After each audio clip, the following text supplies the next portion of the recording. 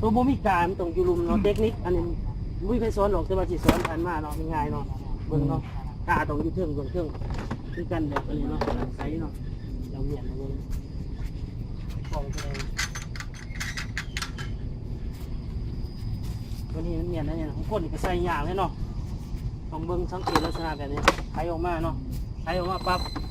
ก็เบิ่งโอ้มันอยู่ในเบื้องใดเนาะสถานการณ์ว่าสังเกตคือตัวนี้อยู่เทิงแม่นบ่เทคนิคมาเบิ่งเนี่ยเขากองยังคือกันหมอนี่อยู่เทิงเนาะเอาง่ายเนาะตัวนี้อยู่เทิงสิปีนอะไรกับปีนแต่ตัวนี้สิเลี้ยงเวลาเอาเขาน้องคนก็กินเอาจังไรถือว่าก็ไปก็มานะว่าไงนี่ไหนมีปัญหาอะไรมันบอกตัวนี้เนาะเขากับ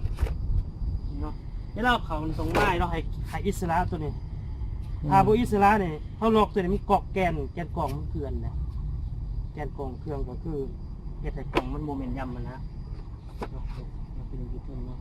กล่องนี้เฮาพวกเคอริเบตนั่นแหละ สูตรแคดิเบียนยังมีขั้นตอนเคอริเบตบ่หรือว่าไปศูนย์หน่อยมันจะมีศูนย์แต่ว่าเฮาใส่งานโดนถึงแล้วต้องเคอริเบต 3 เดือนนะ 3 เดือนแล้วมันต้องเคอริเบตตามหลักการ ครับโครงการใหญ่3 เดือน